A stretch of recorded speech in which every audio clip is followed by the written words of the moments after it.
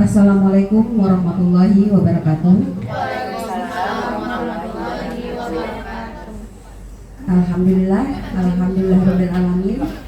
Wassalatu wassalamu ala asrofil anbiya'i wal mursalin wa ala alihi wa ashabihi rasulillahi ajmain. Pertama dan awal sekali, marilah kita sama-sama memperbarui rasa syukur kita kepada Allah Subhanahu wa taala yang alhamdulillah pada kesempatan kali ini kita semua telah dapat hadir di ruang pustaka yang kita cintai ini, dan tidak lupa pula salawat dan salam tak bosan-bosannya kita hadiahkan kepada uswah kita, yakni Nabi besar Muhammad Sallallahu Alaihi Wasallam. Allahumma sholli ala Muhammad wa ala ali Muhammad, yang mana beliau telah membawa kita dari alam kegelapan menuju alam yang berilmu pengetahuan seperti yang kita rasakan pada saat sekarang ini. Baiklah, pada kesempatan kali ini sebelumnya kami mengucapkan terima kasih kepada rekan-rekan sejawat, guru-guru muda yang telah berkesempatan hadir dalam diseminasi penerapan budaya positif modul 14 dari Ibu Rosi Susanti, calon guru penggerak angkatan 9. Kita langsung saja kepada Ibu Rosi Susanti, kita persilakan. Terima kasih Bu Mitra. Assalamualaikum warahmatullahi wabarakatuh. Pertama dan utama sekali marilah kita ucapkan puji syukur kepada Allah Subhanahu wa taala yang telah memberikan rahmat dan hidayahnya kepada kita, sehingga pada kesempatan hari ini bapak-bapak dan ibu-ibu berkenan untuk menyaksikan kami mempresentasikan budaya positif, diseminasi budaya positif. Selawat beriringkan salam tidak lupa kita hadiahkan kepada junjungan kita, yakni Nabi besar Muhammad Sallallahu Alaihi Wasallam yang telah membawa umatnya dari alam kebodohan, dari alam kegelapan ke alam yang penuh dengan ilmu pengetahuan seperti yang kita rasakan pada saat sekarang ini. Baiklah, mungkin langsung saja saya akan mempresentasikan tentang budaya positif. Sebelumnya ini perkenalan dulu. Yang pertama adalah yang selalu berkenan membimbing kami dalam calon guru penggerak angkatan 9. Yang pertama adalah fasilitator saya, itu Ibu Sri Hartuti Husain MPD. Yang berikutnya adalah pengajar praktek saya sendiri adalah Ibu Yosi Sufrida MPD, dan saya sendiri adalah Ibu Rosi Susanti SPD MSI. Nah, itu mungkin untuk perkenalan. Berikutnya langsung saja perubahan paradigma. Perubahan paradigma itu Bapak Ibu baca pada kegiatan kepalan tangan. Ada A dan B, Anda dan teman Anda. Sekarang Bapak Ibu sobek kertas ini, secari kertas, tuliskan benda atau apa yang berharga menurut Ibu, Bapak. Kemudian setelah itu kepalkan tangan Bapak Ibu. Silakan. Tulis sesuatu yang sangat berharga menurut Bapak Ibu, kemudian letakkan nanti di salah satu tangan Anda dan genggam. Silakan Bapak Ibu. Buat sesuatu yang paling berharga dalam dirinya. Udah? Kemudian kepalkan tangannya. Kepalkan tangannya, apa yang berharga, kemudian kepalkan tangannya. Oke, sekarang kita mulai dari Ibu Humay. Oke, Ibu Humay, silakan. Jika kepalan tangan Ibu Humay nanti akan direbut dengan cara misalnya membujuk, mengancam, menghardik, merayu, ataupun menyuap, apa saja agar dapat membuka kepalan tangan Ibu Humay? Tidak dapat dibuka. Kenapa Bu Humay? Karena ini adalah sesuatu yang paling berharga untuk saya. Oke, berarti Bu Humay nggak bisa dibujuk? Tidak. Berarti Bu Humay akan tetap mempertahankan. Dikasih uang berapapun saya tidak mau. Oke, sekarang apa yang ada di kepalan tangan Bu Humay? Kalau kami itu mau tanya. Keluarga saya. Oke, kita kasih aplaus yang meriah untuk Bu Humay. Berarti Bu Humay tidak akan memberikan keluarganya kepada siapapun, terutama suami tercintanya. Oke, itu untuk yang perubahan paradigma. Berarti Bu Humay adalah menjadi kontrol dalam segala hal, sementara yang temannya yang tidak bisa merebut kertas yang dari Bu Humay itu berarti sebagai apa? Apakah sebagai kontrol juga Bu Humay? Ya? Ya, ingin merebut? Tidak bisa mengontrol saya. Tidak bisa mengontrol saya, berarti Bu Humay tidak bisa dikontrol. Yang lain coba, Bapak Guntur, ya, kepalan tangannya, apa yang ada di kepalan tangannya Pak Guntur?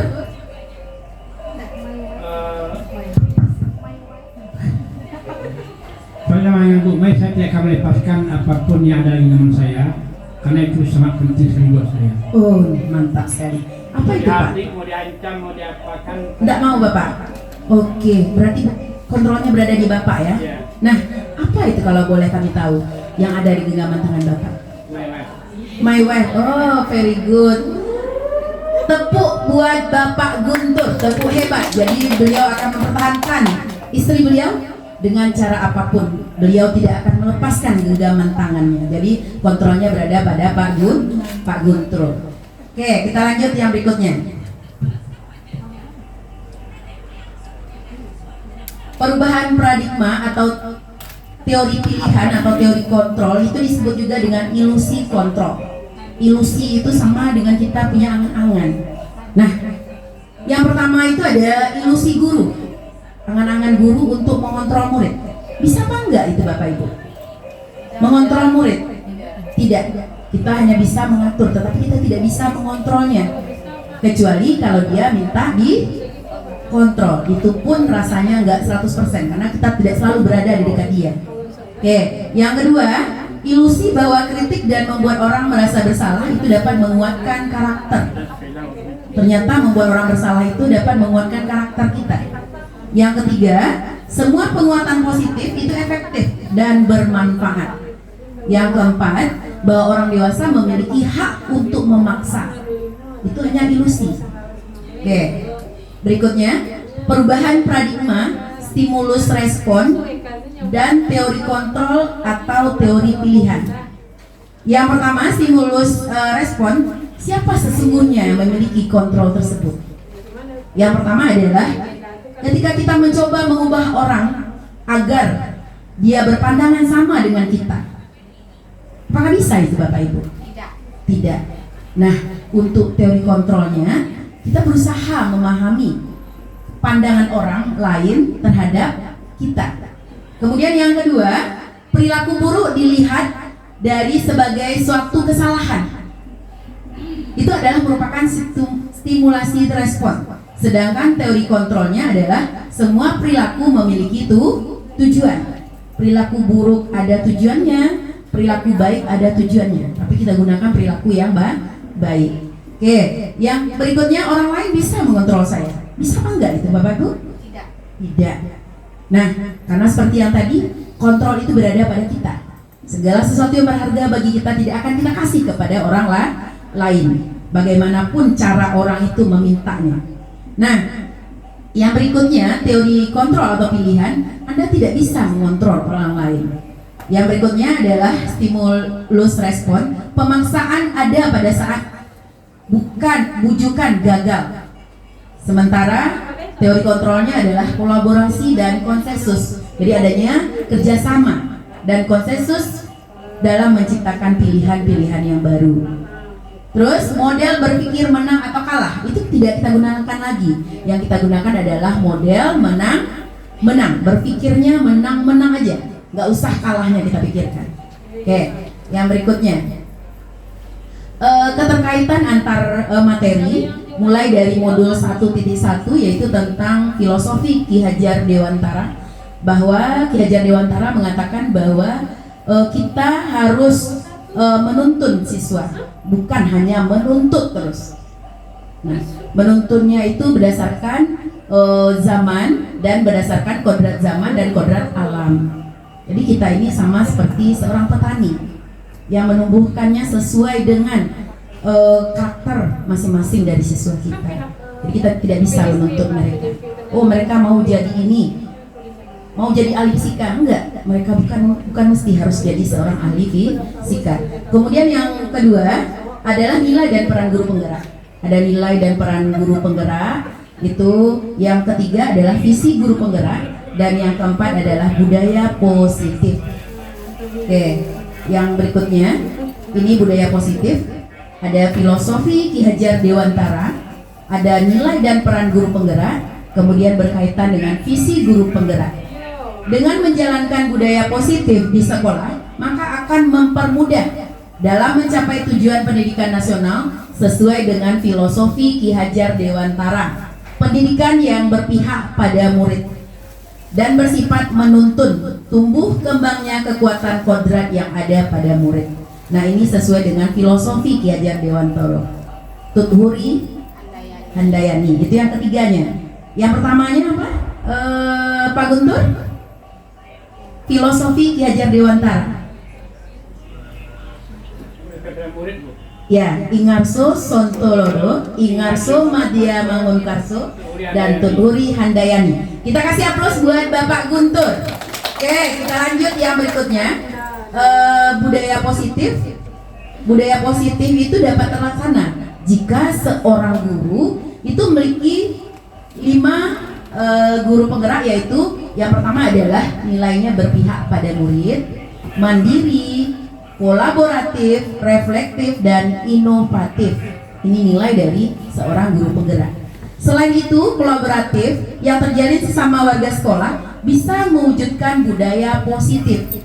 Nah, dengan keyakinan sekolah atau kelas. Jadi, dengan adanya budaya positif dan dari nilai-nilai kita sebagai guru penggerak, adanya mandiri, kolaborasi, maka bisa mewujudkan budaya positif. Oke, yang berikutnya, salah satu perubahan yang diinginkan sesuai dengan visi guru penggerak adalah terbentuknya budaya positif. Jadi dia ada keterkaitan antara filosofi Ki Hajar Dewantara, nilai dan peran guru penggerak, kemudian visi guru penggerak, dan terakhir adalah budaya positif. Nah, ini bisa mewujudkan visi guru penggerak dengan adanya prakarsa perubahan sesuai dengan filosofi Ki Hajar Dewantara menuju profil guru penggerak.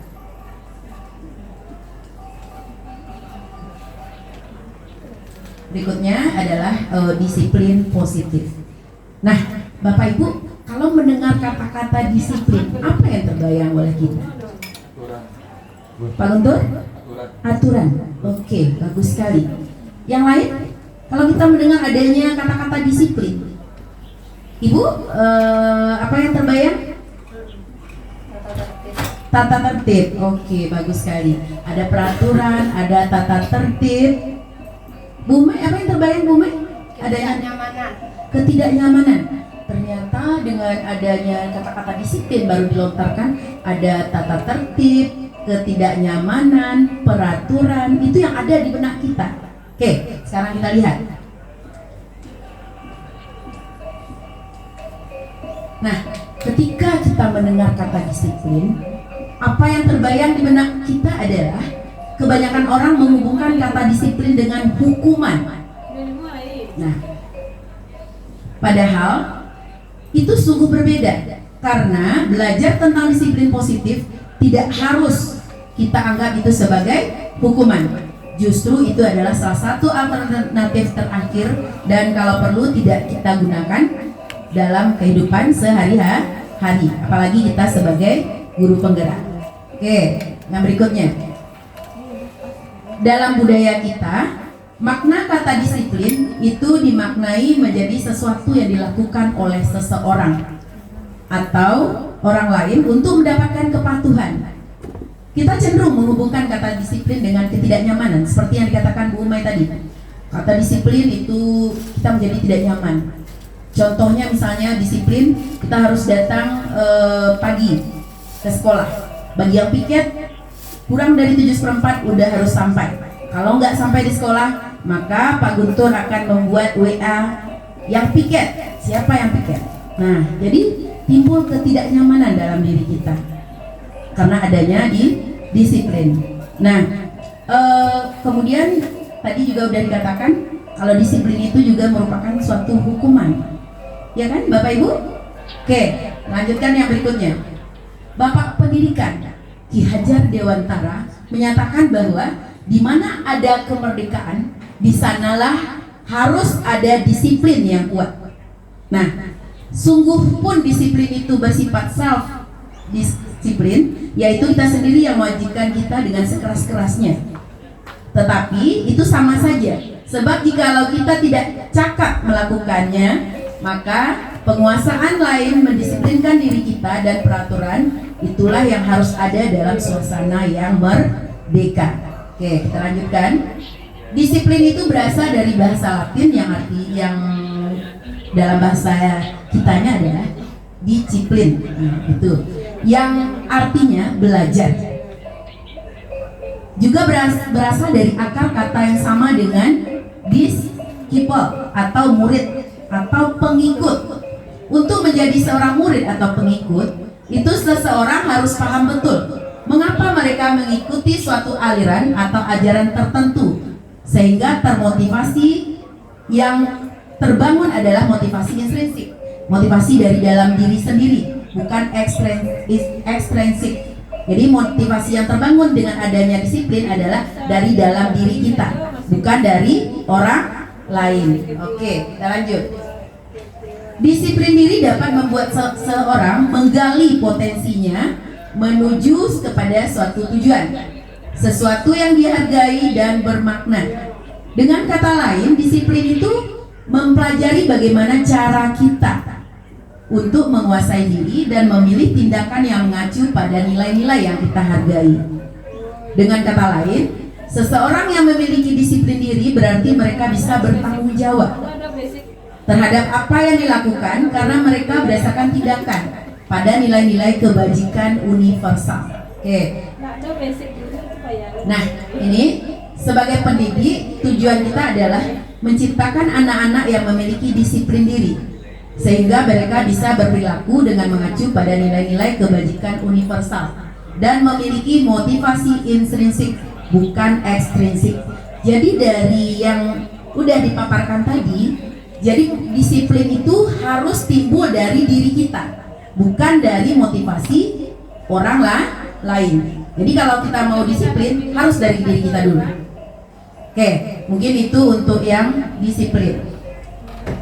Kita lanjut, nilai-nilai kebajikan apa saja yang ada, yang disepakati bersama, lepas dari suku, bangsa, agama, bahasa maupun latar belakangnya. Nilai ini merupakan fondasi atau payung besar dari kita berperilaku. Nilai-nilai kebajikan adalah sifat positif manusia yang ingin dicapai untuk mencapai tujuan mulia. Oke, berikutnya profil pelajar Pancasila. Kita segala sesuatu harus berdasarkan profil pelajar Pancasila. Apa saja itu? Ketuhanan yang Maha Esa, berakhlak mulia, mandiri, berkebinekaan global, bergotong royong, dan berpikir kreatif. Nah, itu juga menurut Indonesia Heritage Foundation sama juga, dia yakin bahwa Tuhan dan segenap ciptaannya kemandirian dan tanggung jawab, hampir sama dengan yang tadi, yang filosofi Ki Hajar Dewantara, tetapi ini adalah diciptakan oleh orang yang berada di luar negeri untuk menyamakan persepsi mereka. Jadi mereka cinta Tuhan dan segenap ciptaannya, mandiri dan tanggung jawab, jujur, diplomatif, hormat dan santun, dermawan, suka menolong dan gotong royong, percaya diri, kreatif dan pekerja keras, kepemimpinan dan keadilan, baik dan rendah hati, toleransi, kedamaian dan kesatuan. Nah, untuk teori motivasi, hukuman dan penghargaan serta restitusi. Jadi intinya adalah disiplin itu berkaitan dengan motivasi intrinsik yang harus disesuaikan dengan profil pelajar Pancasila dan sesuai juga dengan apalagi Bu Mai? Selain dari profil pelajar Pancasila, kita disiplin harus dari motivasi intrinsik. Nah, ini ada teori motivasi, hukuman dan penghargaan, restitusi. Nah, yang pertama adalah teori motivasi. Teori motivasi itu dalam bukunya Restructuring School Discipline menyatakan 3 motivasi perilaku manusia. Yang pertama adalah untuk menghindari ketidaknyamanan atau hukuman. Ini adalah tingkat rendah dari motivasi. Kalau bisa ini tidak kita lakukan. Di mana perilaku manusia itu biasanya menghindari hukuman atau ketidaknyamanan. Akan bertanya, apa yang akan terjadi apabila saya tidak melakukannya? Jadi dia akan bertanya, apa yang akan saya lakukan jika saya tidak melakukan ini? Jadi ini adalah merupakan teori motivasi yang terendah. Yang kedua, teori motivasi untuk mendapatkan imbalan. Untuk mendapatkan imbalan atau penghargaan dari orang lain. Yang selama ini kita mungkin sering memberikan imbalan atau penghargaan kepada anak didik kita jika dia memperoleh nilai yang bagus. Ternyata itu tidak bagus juga. Nah, teori motivasi ini satu tingkat di atas motivasi yang pertama. Di sini orang berperilaku untuk mendapatkan imbalan atau penghargaan dari orang lain. Jadi dia hanya termotivasi karena dia akan mendapatkan penghargaan. Nah, orang dengan motivasi ini akan bertanya, apa yang akan saya dapatkan apabila saya melakukannya? Nah, kalau dia mau mendapatkan penghargaan, makanya dia berpikir, yang saya dapatkan dari hal ini apa? Karena kita selalu memberikan penghargaan. Bapak Ibu, penghargaan itu bukan hanya sekedar berupa barang, tetapi juga berupa pujian. Jadi di saat kita tidak memuji dia lagi, maka menyebabkan dia tidak termotivasi karena kita sudah terbiasa. Jadi dia akan melakukan segala hal agar kita tetap memuji dia atau memberikan penghargaan kepada dia. Ternyata teori motivasi ini juga tidak bagus. Nah, yang berikutnya, teori motivasi untuk menjadi orang yang mereka inginkan dan menghargai diri sendiri dengan nilai-nilai yang mereka percaya. Nah, orang dengan motivasi ini akan bertanya, akan menjadi orang yang seperti apa saya apabila saya melakukannya? Kemudian mereka melakukan sesuatu karena nilai-nilai yang mereka yakini dan hargai.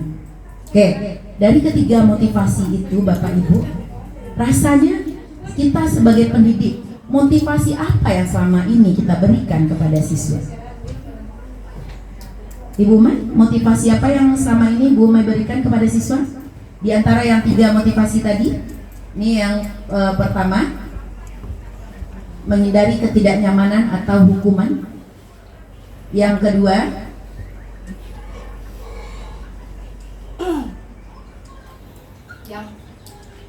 yang mana Bu Mai? Yang kedua ini dengan memberikan penghargaan. Yang ketiga berarti baru dari dirinya. Oke, yang mana Bu Mai? Silakan. Yang sering kita lakukan selama ini adalah itu memberikan hukuman. Kita selalu memberikan hukuman kepada siswa kita yang melanggar. Oke, terima kasih Bu Mai. Berarti selama ini kita hanya memberikan hukuman kepada anak kita yang melanggar. Ternyata kalau kita memberikan hukuman kepada anak kita yang melanggar, maka apa tadi akibatnya?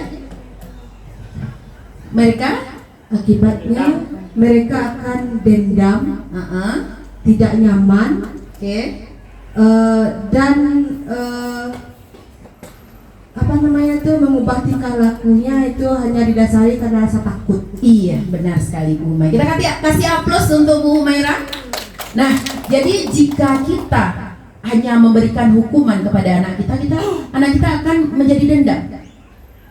Nah, dia juga tidak nyaman dengan hukuman yang kita berikan.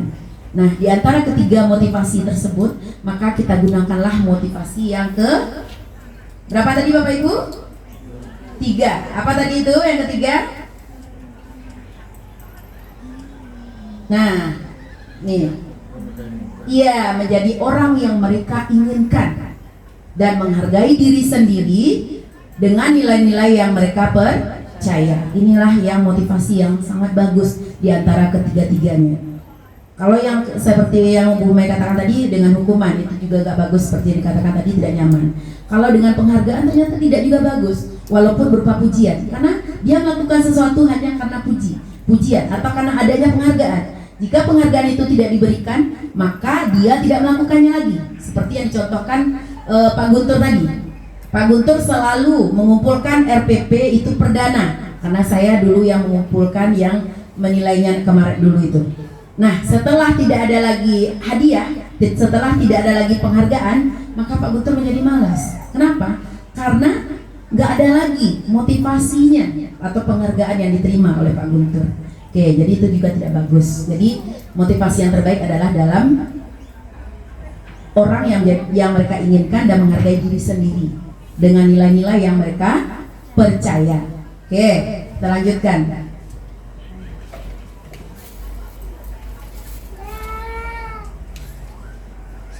Hukuman, konsekuensi, dan restitusi. Nah, setelah kita tahu tadi hukuman, sekarang hukuman itu dengan konsekuensi. Apa bedanya itu? Ibu Eka, apa hubungan beda antara hukuman dengan konsekuensi?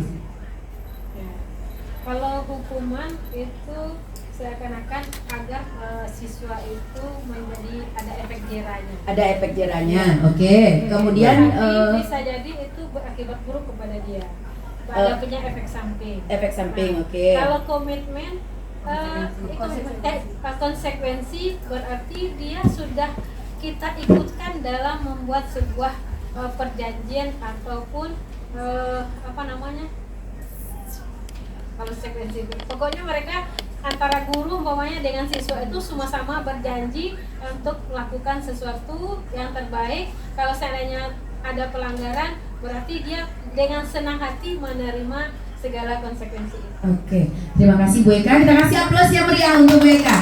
Nah, jadi menurut Bu Eka, hukuman itu mengakibatkan anak menjadi jerah, efek jerah. Sementara kalau konsekuensi, karena ada perjanjian antara kita dengan anak, jadi mengakibatkan mereka menjadi lebih ikhlas dia menerima apa yang kita konsekuensikan. Oke, ada lagi pendapat yang lain? Silakan Ibu-ibu. Pak Guntur, bisa Pak Guntur? Silakan Pak Guntur.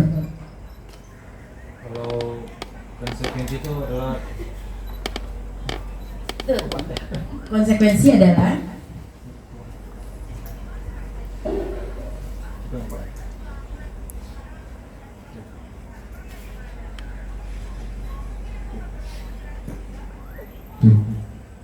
kalau konsekuensi itu adalah hasil kesepakatan bersama, hasil kesepakatan awal untuk bagaimana seorang siswa itu bisa menerima apa akibat dari sebuah perbuatannya itu. Misalnya terlambat, apa konsekuensinya? Yaitu dibagi bobot. Sementara hukuman adalah sifatnya mendadak gitu. Misalnya terlambat, hukumannya adalah push up misalnya gitu. Oke, terima kasih Pak Guntur. Kita kasih aplaus untuk Pak Guntur. Oke, dari dua pendapat tadi semuanya benar. Jadi hukuman itu tadi kata Bu Eka itu bisa menyebabkan efek jerah, dan hukuman itu tiba-tiba tidak kita prioritaskan. Oh nanti Yogi akan saya hukum, enggak. Hukuman itu tiba-tiba. Misalnya pada saat kita mengajar mereka main HP ternyata di belakang. Langsung kita tegur. Ani, kamu bawa HP ke depan. Nah, seperti itu. Tiba-tiba dia. Nah, kemudian kalau konsekuensi itu terjadinya telah adanya dengan adanya kesepakatan antara kedua belah pihak, dan kita mau menerima kesepakatan tersebut. Nah, ini Bapak Ibu, hukuman itu bersifat tidak terencana atau tiba-tiba. Sementara anak atau murid tidak tahu apa yang akan terjadi. Karena kita nggak tahu dia melakukan melanggar misalnya kan. Oke, dan tidak dilibatkan. Hukuman itu bersifat satu arah saja. Dari pihak guru yang memberikan dan murid hanya menerima.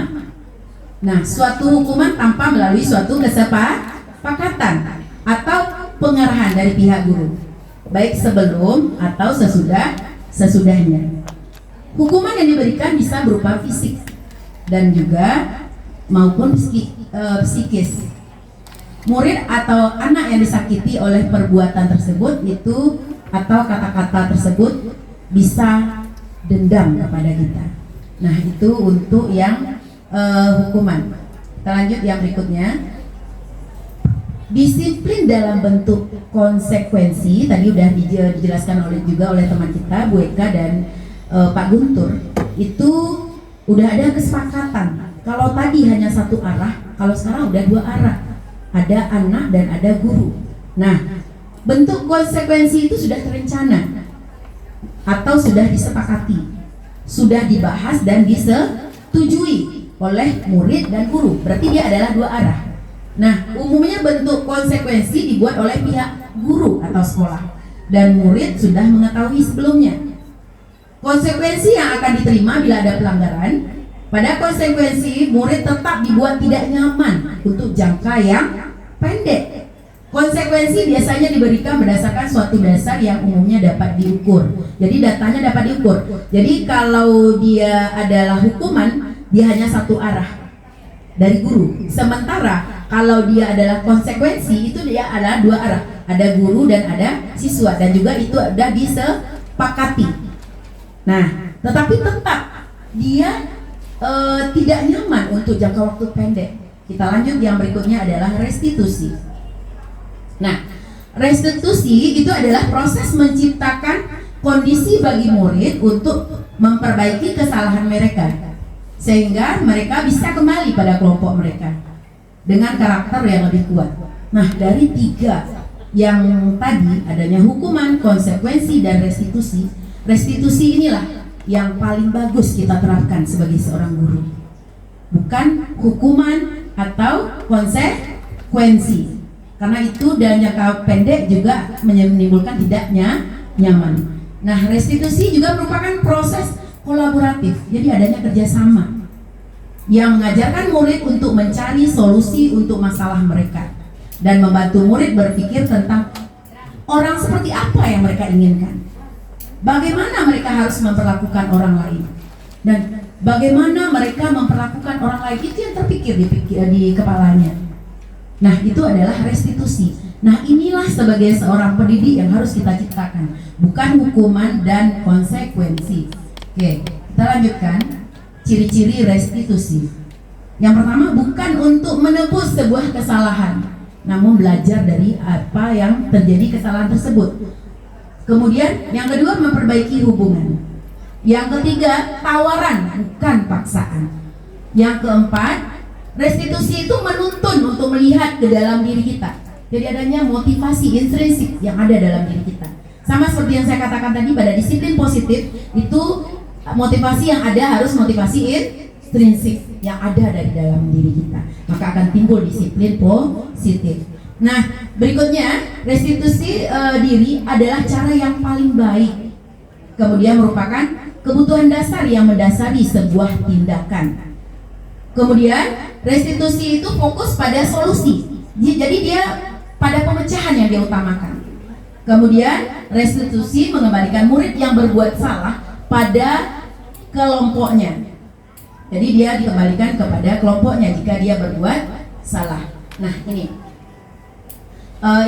ada masalah Bapak Ibu. Misalnya Iva kurang menguasai pelajaran matematika. Sehingga pada saat pelajaran tersebut berlangsung, dia lebih banyak diam atau menggambar di buku pelajarannya. Pada saat guru matematikanya, Pak Guntur menanyakan pertanyaan kepada Iva menjadi gugup dan tak sengaja menjatuhkan tasnya dari kursi serta tiba-tiba menjadi gagap. Nah, perilaku Iva yang bicara tergagap dan terkejut tersebut, Pak Seno pada saat itu membiarkan teman-temannya mentertawakan Iva yang tergagap dan malu luar biasa, dan malahan minta Iva untuk maju ke depan. Padahal dia udah malu tadi ya. Kemudian disuruh juga oleh Pak Seno untuk maju ke depan sambil menunjuk hidungnya karena tidak bisa menjawab pertanyaan Pak Guntur. Kelas makin gaduh dan anak-anak pun tertawa melihatnya di depan kelas memegang ujung hidungnya. Jadi Bapak Ibu, menurut Bapak Ibu masalah ini apakah yang dilakukan oleh Pak Guntur itu dengan cara menyuruh Iva ke depan, padahal dia memang tidak tahu sama sekali materi tersebut dan temannya ketawa. Apakah perilaku yang diberikan oleh Pak Guntur itu udah bagus atau gimana? Silakan, ya. Ya, Bu Umay, silakan. Tindakan dari Pak Seno itu adalah tindakan yang tidak tepat. Oke, kenapa Bu Umay? Karena tindakan Pak Seno itu akan membuat anak akan terluka secara psikisnya, akan membuat anak marah, dendam, dan rendah diri. Bisa jadi mungkin akan berlanjut kepada kondisi psikis yang lebih buruk lagi. Oke. Terima kasih Bu Umay. Jadi menurut Bu Umay, kalau tindakan dari Bapak yang mengajar matematika ini itu tidak baik, kurang baik, karena dia mengakibatkan dia psikisnya terganggu ya Bu Umay ya. Kondisi psikis. Iya, kondisi psikisnya terganggu karena udah jelas dia tidak memahami. Disuruh dia ke depan, teman-temannya ketawa malah dibiarkan. Oke, itu menurut Bu Umay. Kita kasih aplaus buat Bu Umay. Ada lagi Bapak Ibu? Silakan Ibu Eka. Bisa jadi karena tindakan Pak gurunya itu dia menjadi bahan bulian bagi teman-temannya. Kemudian dia nanti bisa saja ketika temannya itu dia balas, bahkan bisa jadi dia lebih histeris berteriak, kemudian memaki-maki, dan akan menambah permasalahan berikutnya dari tindakan-tindakannya tadi. Terima kasih. Terima kasih Bu Eka. Ya, bagus sekali, kita kasih aplaus lagi yang meriah untuk Bu Eka. Jadi ternyata yang dilakukan oleh guru ini ternyata memang kurang bagus. Karena seperti yang dikatakan oleh Bu Umay dan Bu Eka tadi, itu bisa saja nanti dia menjadi frustasi ya, malu dia, bullying. Nah, jadi tindakannya itu memang tidak bagus. Tindakan yang diberikan oleh guru tersebut tidak bagus. Karena udah jelas dia nggak paham. Malah diketawakan teman, dibiarkan saja. Oke, kita lanjut yang berikutnya. Nah, ini yang pertanyaan tadi. Berikut kita lanjut dengan dihukum oleh penghargaan. Selama ini kita mengira bahwa penghargaan yang kita berikan kepada anak didik kita, misalnya berupa pujian ataupun berupa benda, itu sangat bagus sekali karena memotivasi mereka untuk belajar. Ternyata tidak Bapak Ibu. Ternyata dengan adanya penghargaan kita berikan kepada anak seperti di bawah ini. Nah, saat kita berulang kali menjanjikan hadiah kepada anak-anak kita agar berperilaku bertanggung jawab, atau kepada seseorang murid agar mempelajari sesuatu yang baru, atau kepada seorang karyawan agar melakukan pekerjaan yang berkualitas, kita sedang berasumsi mereka tidak melakukannya atau mereka tidak akan memilih untuk melakukannya. Nah, ini menurut Alfie Kohn itu pada tahun 93, dia mengungkapkan baik penghargaan maupun hukuman adalah cara mengontrol perilaku seseorang yang menghancurkan potensi untuk pembelajaran yang sesungguhnya. Menurut Kohn, secara ideal tindakan belajar itu sendiri adalah penghargaan sesungguhnya. Jadi tindakan belajar yang kita berikan itu sebenarnya adalah tindakan yang sesungguhnya, bukan karena adanya penghargaan yang kita berikan. Ternyata penghargaan dan hukuman itu bisa membuat perilaku, menghancurkan perilaku atau potensi yang ada pada diri anak kita. Oke. Kon juga selanjutnya mengemukakan beberapa pernyataan dari hasil pengamatannya. Jadi dia melakukan survei tentang tindakan memberikan penghargaan yang nilainya sama dengan menghukum seseorang.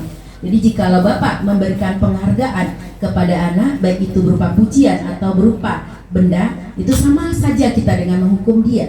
Jadi kalau kita tidak memberi penghargaan lagi, dia tidak termotivasi dan intrinsiknya. Oke, kita lanjut. Pengaruh jangka pendeknya dan jangka panjang. Penghargaan efektif jika kita menginginkan seorang melakukan sesuatu yang kita inginkan dalam jangka waktu pendek. Yang kedua, jika kita menggunakan penghargaan lagi dan lagi, maka orang tersebut akan bergantung pada penghargaan yang diberikan serta kehilangan motivasi yang ada di dalam dirinya. Yang ketiga, jika kita mendapatkan penghargaan untuk melakukan sesuatu yang baik, maka selain kita senantiasa berharap mendapatkan penghargaan, kita pun menjadi tidak menyadari bahwa tindakan baik yang kita lakukan. Jadi kita tidak sadar kalau tindakan kita itu sebenarnya udah baik kita lakukan. Tapi karena kita termotivasi dengan adanya penghargaan yang diberikan oleh guru, sehingga kita lupa. Jadi di saat kita diberikan penghargaan, maka kita menjadi semangat. Tapi kalau penghargaan itu tidak diberikan lagi, semangat kita menjadi kurang. Jadi intinya adalah penghargaan itu sama nilainya dengan penghukum. Oke, kita lanjut yang berikutnya. Nah, penghargaan itu tidak efektif kita gunakan di sekolah terutama. Karena suatu benda atau peristiwa yang diinginkan yang dibuat dengan persyaratan hanya jika Anda melakukan hal ini, maka Anda akan mendapatkan penghargaan yang diinginkan. Jadi, kenapa kita melakukan itu? Karena saya akan diberi penghargaan oleh Bu Eka nantinya.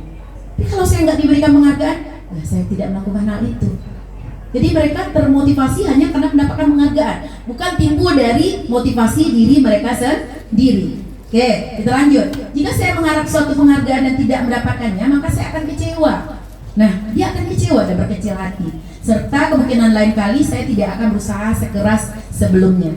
Jadi kalau dia tidak mendapatkan penghargaan, dia tidak akan berusaha sekeras mungkin. Awan dae dapat penghargaan dari Pak tuh nya. Pandai-pandai awaknya lah nilai lah tinggi. Padahal yang mereka lakukan itu adalah tindakan yang terbaik. Karena timbul dari diri mereka sendiri. Mereka tidak mengharapkan apa-apa, ikhlas, timbul dari diri sendiri. Oke, yang berikutnya, jika kita memberikan seorang suatu penghargaan untuk melakukan sesuatu, maka kita harus terus-menerus memberikan penghargaan tersebut. Jadi dia harus continue. Kalau enggak, motivasinya hilang.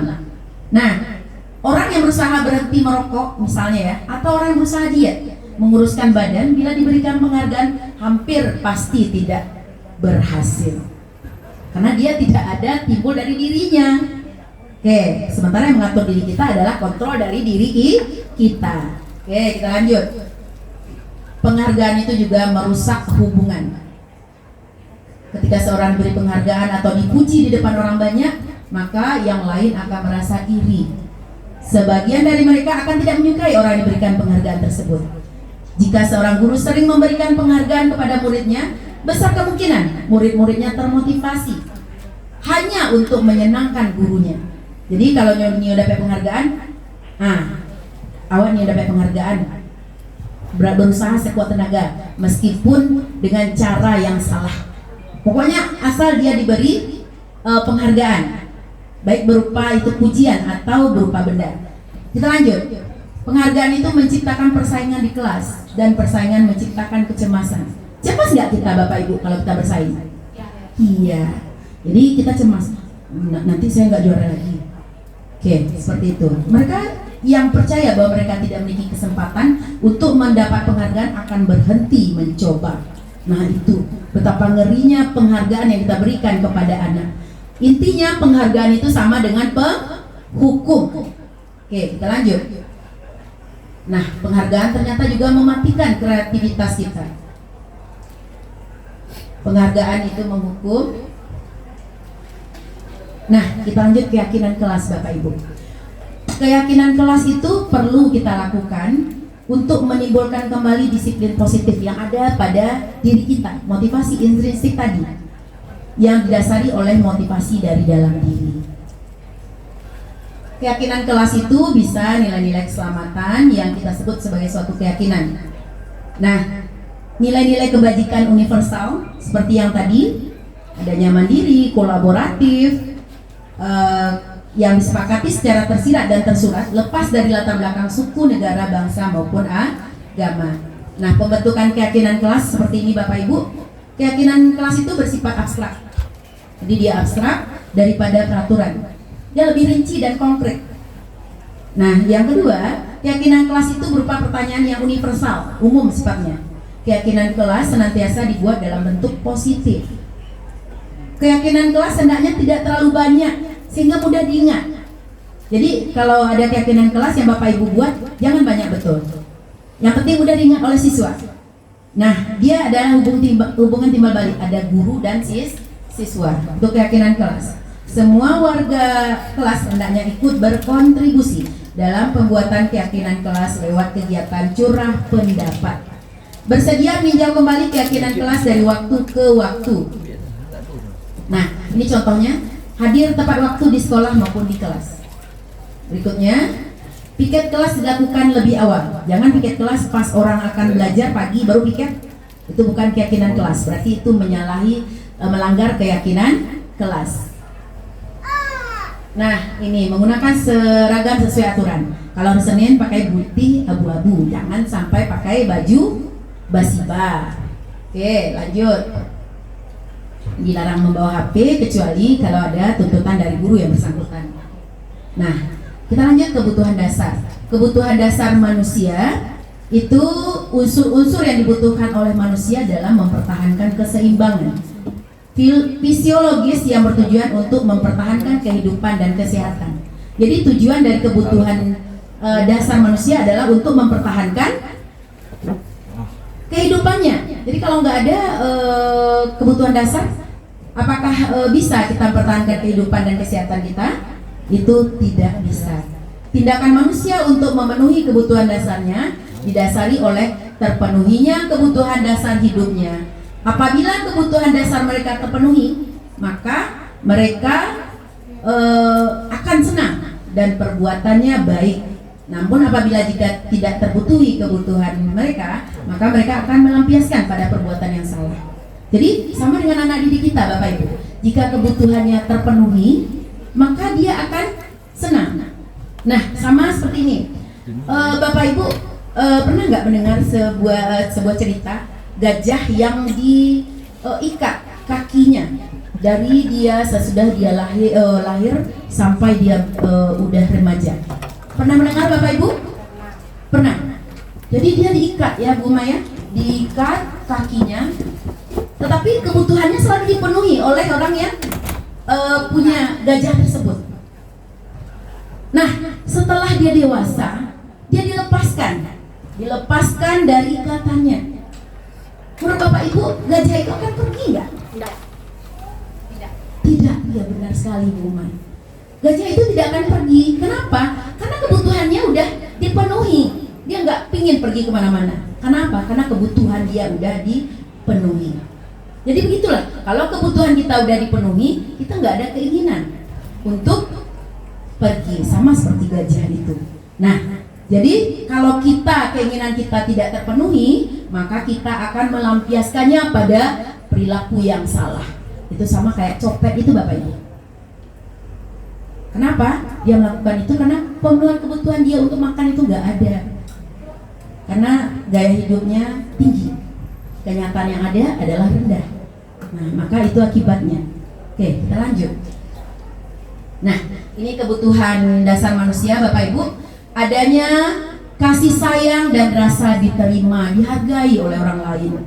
Yang kedua, adanya penguasaan, kesenangan dan kebebasan. Jadi ini kebutuhan dasar manusia. Kita lanjut. Nah, 5 posisi kontrol. Setelah kebutuhan dasar ada 5 posisi kontrol. Posisi kontrol di sini ada posisi kontrol penghukum, posisi kontrol yang kedua ini yang penghukum, ada lagi yang sebagai teman, ada lagi yang sebagai pembuat rasa bersalah, dan yang berikutnya adalah manajer. Nah, ini adalah merupakan posisi kontrol. Kita bahas satu-satu. Yang pertama adalah posisi kontrol penghukum. Nah, Posisi kontrol penghukum itu ciri-cirinya nada suaranya tinggi, bahasa tubuh, mata melotot dan jari menunjuk menghardik. Akibatnya kemungkinan murid-murid kita menjadi pendendam, Bapak Ibu, bersifat agresif. Bisa jadi sesudah kembali duduk murid tersebut akan mencoret bukunya karena dia kesal. Kemudian murid itu melihat motor atau motor Bapak Ibu dan akan menggoresnya. Jadi dengan adanya posisi kontrol penghukum, murid kita itu menjadi pendendam. Bisa jadi karena perilaku yang kita berikan pada dia, kita menghukum dia menjadi dendam di hatinya. Ada motor kita dikerjain. Nah, itu posisi kontrol yang pertama. Yang kedua, posisi kontrol ini videonya Bapak Ibu, kita lihat. Penghukum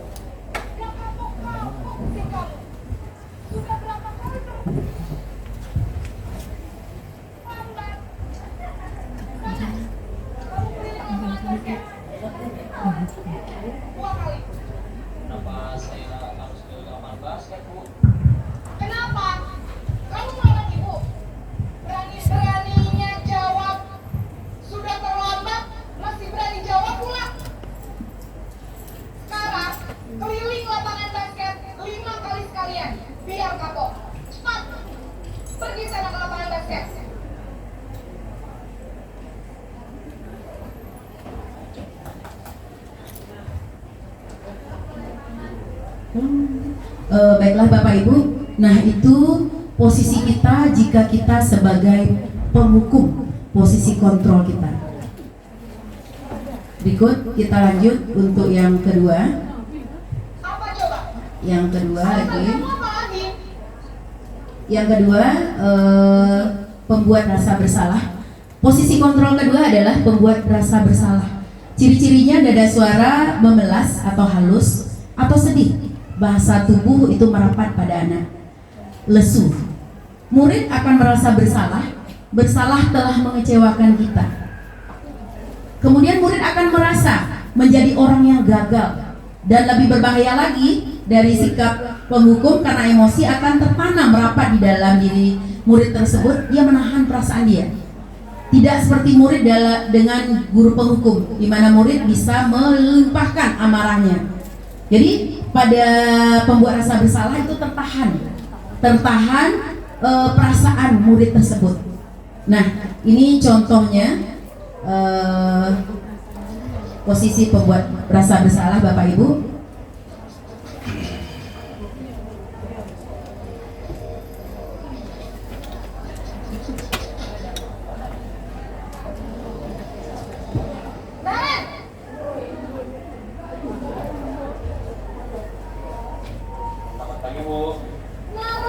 Naren, kamu kenapa terlambat lagi, nak? Ya Tuhan, Naren, kamu senang ya bikin ibu susah ya? Kalau kamu terlambat lagi, nanti ibu yang ditegur bapak kepala sekolah, nak. Disangka ibu tidak bisa membina kamu. Duh, gimana ini? Maaf Bu,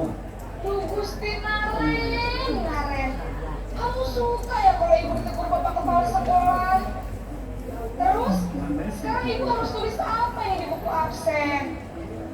Ini kamu sudah sering terlambat loh. Ibu harus apa coba? Maaf Bu, maaf sekali. Ya sudah, lain kali jangan bikin ibu susah lagi anak ya. Ibu tidak akan kuat lagi kalau kamu begini terus. Bisa jantungan kalau ibu tegur bapak kepala sekolah. Sana cepat ke kelas. Maaf ya Bu, maaf sekali. Oke, Bapak Ibu, itu pembuat rasa bersalah. Yang pertama, teori kontrol penghukum. Penghukum menyebabkan anak menjadi dendam. Bisa jadi kalau kita bawa mobil atau motor digoresnya, rasain lah gitu ya. Tetapi yang kedua adalah posisi kontrol pembuat rasa bersalah. Kalau pembuat rasa bersalah itu kalimatnya memang baik, tetapi tertanam, tertahan di perasaan siswa tersebut. Nah, juga ternyata posisi kontrol ini juga kurang bagus kita terapkan di dunia pendidikan. Kita lanjut, yang ketiga adalah posisi kontrol sebagai teman. Ciri-cirinya nada suaranya ramah, akrab dan bercanda. Bahasa tubuhnya merapat pada murid. Mata dan senyumnya jenaka. Namun akibatnya murid akan merasa senang dan akrab dengan guru. Ini termasuk dampak yang positif. Hanya saja di sisi negatif, murid itu menjadi tergantung pada guru tersebut. Bila ada masalah, dia merasa bisa mengendalikan guru tersebut untuk membantunya. Akibat lain dari posisi teman, hanya akan berbuat sesuatu bila yang menyuruh adalah guru tersebut. Nah, dan belum tentu berlaku dengan semua guru atau orang lain. Jadi untuk posisi kontrol sebagai teman, kita hanya mengandalkan guru yang bersangkutan. Itu posisi yang sisi positifnya, kita menjadi akrab. Tetapi posisi negatifnya tidak semua guru memperlakukan kita seperti itu. Oke, berarti udah 3 posisi kontrol. Kita lanjut yang berikut. Ini untuk videonya, posisi sebagai teman, kontrol sebagai teman.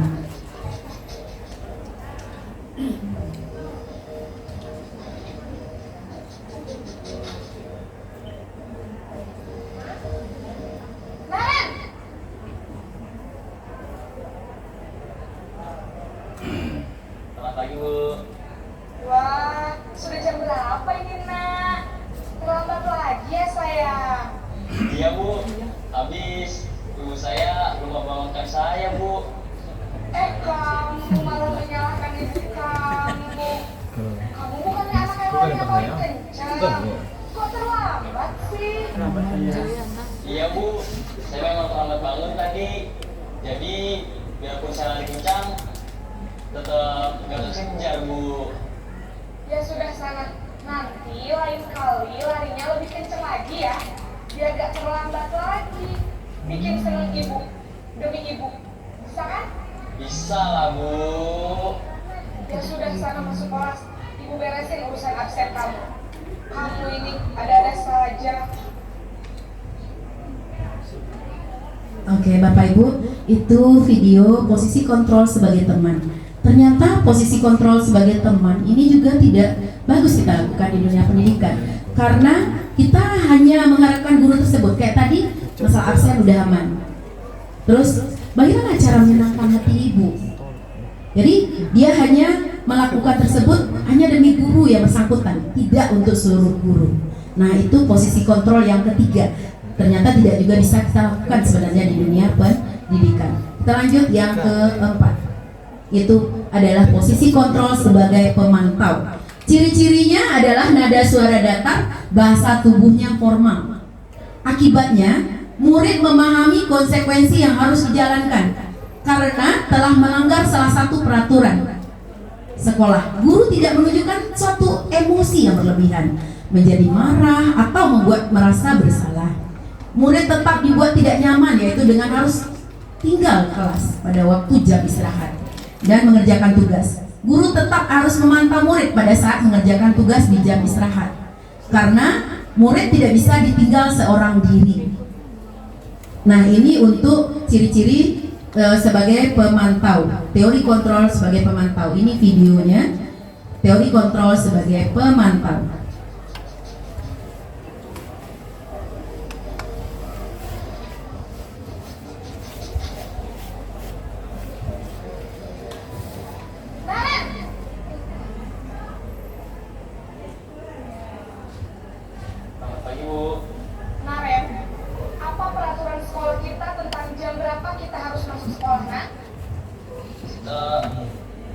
harus di sekolah jam 7, Bu. Iya betul, sekarang sudah jam 7.20. Naren sudah tahu konsekuensinya jika terlambat hadir. Paham, Bu. Saya harus tinggal kelas pas jam istirahat selama 20 menit. Iya benar, konsekuensinya demikian. Jadi nanti jam 9.30 pas istirahat, kamu harus tinggal di kelas, kerjakan tugas tambahan untuk ketertinggalan kamu, ya? Baik, Bu. Oke, Bapak Ibu, itu posisi kontrol sebagai pemantau. Jadi pemantau ini berdasarkan peraturan yang ada, kita memantau anak kita. Nah, berikutnya yang terakhir adalah posisi kontrol manajer. Nah, inilah yang diharapkan dalam dunia pendidikan. Kita adalah sebagai manajer. Cirinya nada suara tulus, bahasa tubuh tidak kaku dan mendekat ke murid. Pada posisi manajer, murid maka suara guru sebaiknya tulus ikhlas ya. Kemudian tidak perlu marah, tidak perlu meninggikan suara apalagi menunjuk-nunjuk jari ke murid. Nah, berkaca pinggang atau bersenda gurau, menempatkan diri sebagai teman. Fokus pada murid bukan untuk membahagiakan guru atau orang tua. Murid sudah mengetahui adanya suatu masalah dan suatu perlu terjadi. Bila bu guru mengambil posisi pemantau, guru akan melihat apa konsekuensi apa peraturannya. Namun pada posisi manajer, guru akan mengembalikan tanggung jawab pada murid untuk mencari jalan keluar permasalahannya, tentu dengan bimbingan guru. Jadi posisi kontrol manajer inilah yang harusnya kita lakukan di dunia pendidikan ini. Oke, ini adalah video tentang posisi kontrol manajer. Kita saksikan.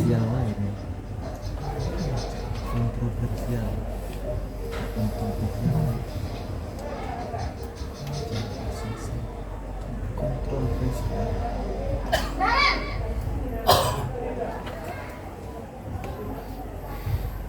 Selamat pagi, Bu. Selamat pagi, Naren. Maaf, Bu. Saya terlambat. Iya, sekolah masuknya jam 7, sekarang sudah jam 7.20. Jadi sekarang bagaimana ini, Naren? Maaf, Bu. Saya lupa setel alarm saya semalam. Baiklah, menurut kamu, keyakinan sekolah yang mana yang perlu kamu tingkatkan?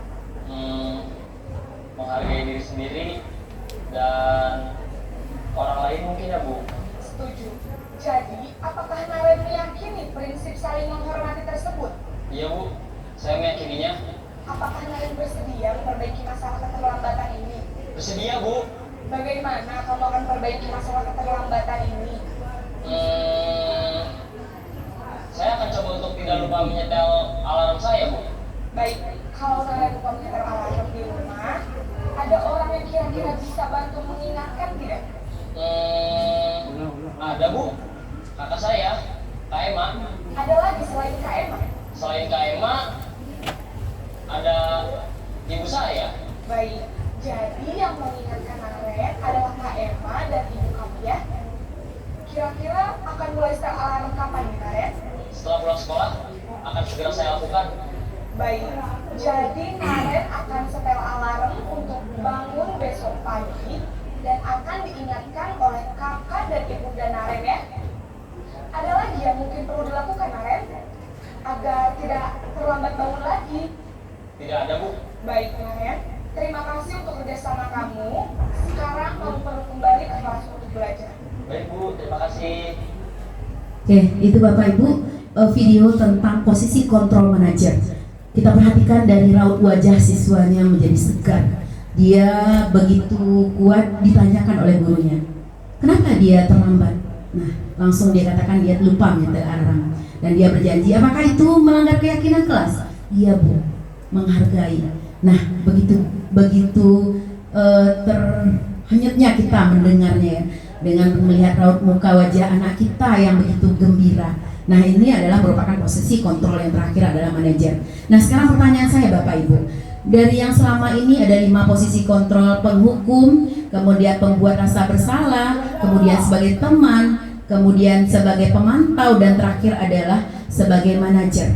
Selama ini yang kita lakukan sebagai seorang pendidik, yang lebih sering kita gunakan adalah posisi kontrol yang mana? Bapak Ali? Ya, boleh. Kalau secara umum yang kita lihat di sekolah kita ini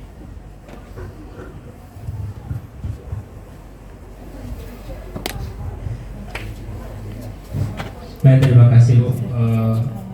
Seremoni yang biasa yang sering dilakukan di sekolah kita, tergantung lagi kalau guru masing-masing ya Bu ya, Iya. itu lebih banyak kepada yang dibilang teman, tidak juga Iya. dibilang tapi sebelum teman satu lagi Penghukum, pembuat rasa bersalah. pembuat rasa bersalah, dan kadang-kadang juga dibawa kepada teman. Tapi kalau yang terakhir yang menjadi ini agak jarang sedikit dilakukan ya Pak ya. dilakukan. Oke, terima kasih atas pandangan Pak Ali yang dilakukan selama ini, baik kita sebagai rekan guru. Jadi yang sering dilakukan itu mungkin intinya itu pemantau ya banyak ya Pak Ali ya, pemantau, atau sebagai teman juga jarang ya. Sebagai teman itu biasanya kalau sebagai teman banyak yang ibu-ibu ini. Tenang nak, nanti absennya diamankan. Kadang-kadang, tapi kita juga jarang menggunakan seperti itu. Jadi harapan kita ke depan adalah kita sebagai manajer, tapi tentu dengan cara bertahap, tidak bisa langsung. Oke, jadi dari kelima posisi kontrol, kita sebagai pendidik hendaklah menggunakan yang kelima, posisi kontrol yang kelima dengan cara bertahap. Oke, kita lanjut. Segitiga restitusi. Menurut Diane Gosen dalam bukunya Restructuring School Discipline tahun 2001 telah merancang sebuah tahapan untuk mempermudah para guru dan orang tua dalam melakukan proses untuk menyiapkan anaknya untuk melakukan restitusi bernama segitiga. Proses 3 tahapan tersebut didasarkan pada prinsip utama dari teori kontrol yang tadi. Kemudian ada 5 yang tadi, yang terakhir manajer, hukum, kemudian sebagai teman, kemudian sebagai pembuat bersalah, pemantau, dan manajer. Oke, kita lanjut. Nah, yang ini, yang pertama adalah menstabilkan identitas. Jadi yang restitusi, segitiga restitusi, yang pertama adalah menstabilkan identitas, yang kedua validasi tindakan yang salah, yang ketiga adalah menanyakan keyakinan. Jadi yang pertama kita stabilkan dulu, kita stabilkan anak tersebut dulu, baru kita validasi tindakan yang salah seperti yang contohkan tadi. Pada saat misalnya Ali sedang mengumpulkan PR-nya, ternyata Ahmad mencontek atau merebut PR-nya, mengakibatkan Ali menjadi marah, hampir dia membanting meja. Nah, kita beri dulu, stabilkan dulu identitas dari si Ali tadi, baru kita validasikan tindakan yang salah. Oh, kalau Bapak seperti itu juga, Bapak juga akan melakukan hal yang sama kan? Nah, kita seperti itu kan. Kemudian kita tanyakan, keyakinan kelas apa yang udah Ali langgar? Nah, berarti keyakinan kelas menghargai, tanggung jawab, seperti itu. Walaupun perbuatan temannya mencontek itu adalah salah, tapi kita tetap menstabilkan identitas, validasi tindakan yang salah, dan yang terakhir adalah menanyakan keyakinan apa yang udah dilanggarnya. Oke, kita lanjut. Menstabilkan identitas ini tadi bagian dasar dari segitiga restitusi, itu bertujuan untuk mengubah identitas anak dari orang yang gagal karena melakukan kesalahan menjadi orang yang sukses. Luar biasa sekali. Jadi menstabilkan identitas itu dari siswa kita yang gagal menjadi orang yang sukses. Nih, jadi dia melanggar peraturan karena sedang mencari perhatian, kemudian dia mengalami kegagalan. Kemudian dia mencoba memenuhi kebutuhan dasarnya, namun ada benturan. Setelah itu dia mengkritik dia, maka kita akan tetap membuatnya dalam posisi gagal. Karena kalau kita ingin dia menjadi reflektif, maka kita harus meyakinkan si anak dengan cara mengatakan kalimat-kalimat ini. Berbuat salah itu tidak apa-apa, nah. Cuman, Bapak kayak gitu ya Bapak Ibu ya. Tidak ada manusia yang sempurna, nah. Semua pasti pernah salah. Nah, seperti itu kalimat-kalimatnya. Kamu berhak merasa begitu. Apakah kamu sedang menjadi teman yang baik, bukan dirimu sendiri? Nah, ini. Yang kedua adalah validasi tindakan yang salah. Jadi yang pertama tadi kita stabilkan dulu. Yang kedua kita validasi tindakan yang salah. Menurut teori kontrol, semua tindakan manusia baik atau buruk itu pasti memiliki maksud atau tujuan. Nah, seorang guru yang memahami teori kontrol pasti akan mengubah pandangannya dari teori stimulus respon ke cara berpikir proaktif yang mengenal tujuan dari setiap tindakan. Kita mungkin tidak suka sikap seseorang anak, yang terus-menerus merengek. Tapi bila sikap itu mendapat perhatian kita, maka itu telah memenuhi kebutuhan anak tersebut. Nah, itu adalah merupakan validasi tindakan yang salah. Ini bentuk kalimatnya Bapak Ibu. Padahal kamu bisa melakukan yang lebih buruk dari ini. Nah, kamu pasti punya alasan mengapa melakukan hal itu. Sama kayak anak yang tadi, yang temannya mencontek tadi, kamu pasti bisa punya alasan mengapa melakukan ini. Kan tadi karena temannya mencontek, jadi dia kesal karena punyanya dilihat terus sama temannya memaksa. Oke. Nah, yang terakhir dari segi 3 restitusi adalah menanyakan keyakinan. Itu keyakinan kelas yang kita buat tadi, yang ada hubungan antara kita dan siswa. Nah, teori kontrol menyatakan bahwa kita pada dasarnya termotivasi secara internal, motivasi intrinsik yang ada dalam diri kita. Nah, ketika identitas sukses telah tercapai, langkah pertama tidak laku, yang salah telah divalidasi. Berikutnya langkah kedua, anak akan siap untuk dihubungkan dengan nilai yang dia percaya dan berpindah menjadi orang yang dia inginkan. Nah, inilah kehebatan dari menanyakan keyakinan. Nah, ini model pertanyaannya, apa yang kita percaya sebagai kelas atau keluarga? Apa nilai umum yang kita telah sepakati? Kamu mau jadi orang yang seperti apa, nak? Apa bayangan kita tentang kelas yang ideal? Nah, ini bentuk contohnya. Sama kayak tadi, kalau dia marah pada temannya, keyakinan kelas mana yang sudah kamu langgar? Keyakinan kelas menghargai Bapak atau Ibu. Oke, mungkin itu saja Bapak Ibu. Terima kasih atas segala perhatiannya. Jika ada pertanyaan, nanti tolong boleh bertanya kepada saya. Kalau ada kesalahan itu datangnya dari saya, kebenaran dari Yang Maha Kuasa. Saya akhiri dengan Assalamualaikum warahmatullahi wabarakatuh.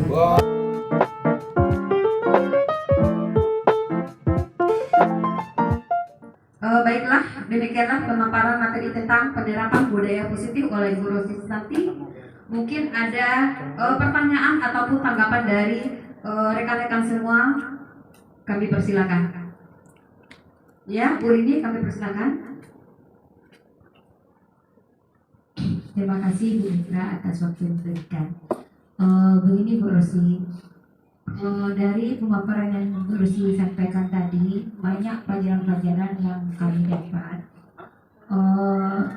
Intinya kita sebagai guru itu harus memiliki 5 posisi kontrol. Nah, kita di posisi yang mana? Jadi yang kami tanyakan di sini, posisi yang terbaik itu menurut Bu Rosi yang bagaimana? Terima kasih.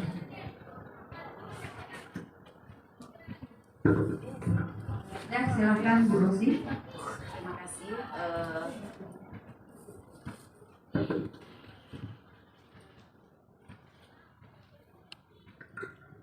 Terima kasih Bu Mitra. Terima kasih juga buat Bu Rini yang udah mendengarkan paparan saya tadi tentang budaya positif. Baiklah, dari 5 kontrol, posisi kontrol itu yang terbaik adalah berada pada posisi kontrol manajer. Di mana posisi kontrol manajer itu biasanya adalah kita menanyakan kepada anak kita dengan suara yang lembut, membuat dia menjadi sadar dengan keyakinan kelas apa yang udah kamu langgar, misalnya seperti itu. Tetapi namanya kita juga manusia, tentu tidak langsung ke manajer, tentu kita bertahap. Mungkin dari sekarang kita baru menjadi posisi kontrol kita berada pada pemantau berdasarkan peraturan yang ada. Mungkin besoknya kita akan menuju ke posisi manajer, insya Allah Ibu Rini. Mungkin itu saja. Terima kasih. Saya serahkan kembali kepada pembawa acara Ibu Mitra. Dan Bu Rini, itulah penjelasan dari Bu Rosi. Dan cukup mungkin, karena tidak ada pertanyaan lagi. Mungkin ada sedikit testimoni dari Bu Rini. Baiklah, terima kasih Bu Rosi atas jawabannya. Di sini kami selaku guru atau pendidik merasa akan merubah mindset kami lagi terhadap bagaimana kami mengontrol diri atau memberikan motivasi kepada siswa sebagai apa yang bagusnya, apakah sebagai penghukum atau sebagai teman atau sebagai pemantau atau pembuat salah atau sebagai manajer. Jadi selama ini kami merasa banyak hal-hal yang sudah membuat murid-murid merasa menjadi kami mengeluarkan power kami sebagai guru nampaknya di sini. Kami tidak sebagai manajer. Jadi insya Allah akan datang kami akan berubah pola-pola seperti itu. Kami akan berubah menjadi manajer insya Allah. Terima kasih atas penjelasannya. Mungkin di bagian Bu Mila.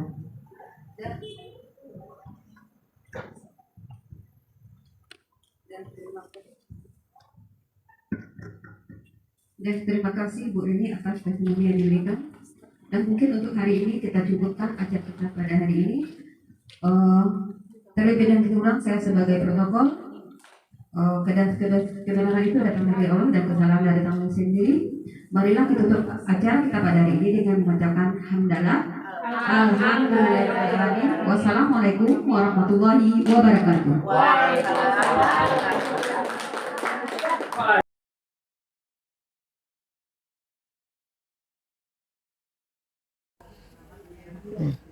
Assalamualaikum warahmatullahi wabarakatuh. Saya Bu Rini, guru SMA 2 Kota Solo. Setelah saya mendengarkan pemaparan Bu Rosi tentang 5 posisi kontrol, saya baru menyadari bahwa selama ini banyak kesalahan-kesalahan yang telah saya lakukan. Pada umumnya saya cenderung menjadi penghukum dan pembuat kesalahan. Jadi mulai dari saat ini saya akan berubah, melakukan perubahan pada diri sendiri. Saya ingin menjadi manajer. Terima kasih. Assalamualaikum warahmatullahi wabarakatuh.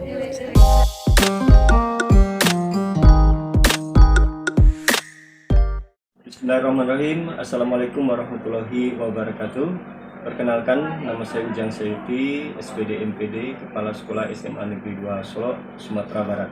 Pada kesempatan ini, saya mengapresiasi terhadap guru-guru SMA Negeri 2 Kota Solo yang telah mengikuti program calon guru penggerak Angkatan 9 ini. Pada kesempatan ini, saya mengapresiasi tentang budaya positif, di mana kita selaku institusi pendidikan memang selalu harus berpikir kepada hal-hal yang positif. Pada kesempatan ini kelima, calon guru penggerak SMA Negeri 2 Kota Solo membahas tentang budaya positif. Artinya apa?